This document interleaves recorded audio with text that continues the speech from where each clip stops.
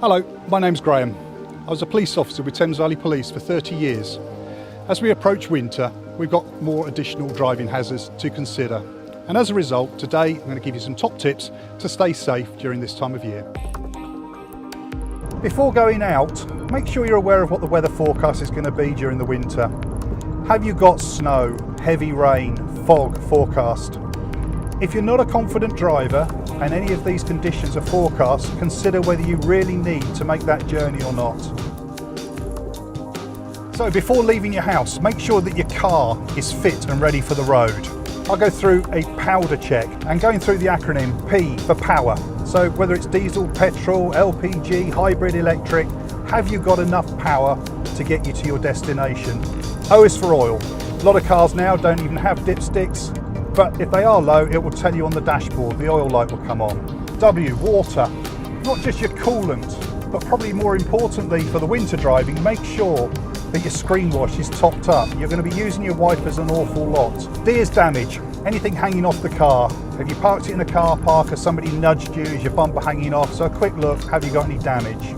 E for electrics. All the electrics working. In particular, your lights, and that's all of the lights.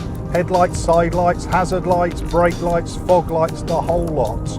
R, rubber. Obviously rubber tyres, as we've already said, 3mm is probably a better mark to have in the winter rather than the very basic bare minimum of 1.6. If you've got a very slippery road, ice or snow for example, the last thing you're going to want to do is to wheel spin. A way of reducing the chance of that, if you can, try and pull away in second gear. Just release the clutch nice and slowly and it will keep your engine revs down. That way you're going to keep more control of your car overall. When driving in the winter, we have to deal with far more challenges in the way of weather conditions. In order to deal with these, we've got to give ourselves a little bit more time. Our stopping distance is reduced, our visibility may be reduced, and the only way that we can drive safely in these conditions is by slowing our speed down. The highway code says to us that on a wet road, we need twice as far as a stopping distance. On an icy or a snowy road, up to 10 times the stopping distance. And as we approach a bend, we want to lose all the speed that is necessary in order to negotiate that bend at an early stage. Easiest way to do that, as we're approaching the bend, come off the gas.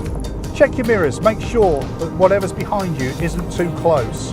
If we need to use the foot brake in order to reduce the speed further, then apply that whilst travelling in the straight line prior to getting onto the bend. Depending on whether it's uphill or downhill, and we're going to assume the worst case scenario, that it's snowy and extremely slippery.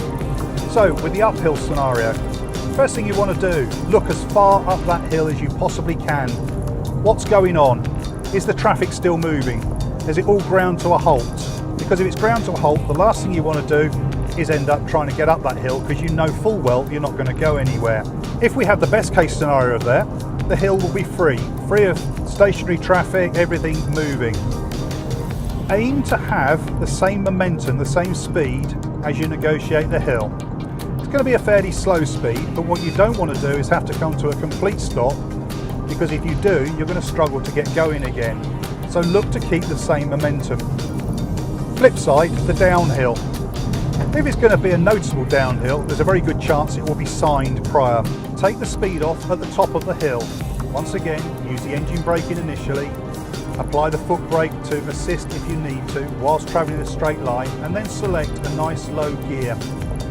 Possibly second or even third gear to negotiate the hill, and then we can use engine braking to assist us keeping control of our vehicle as we descend the hill.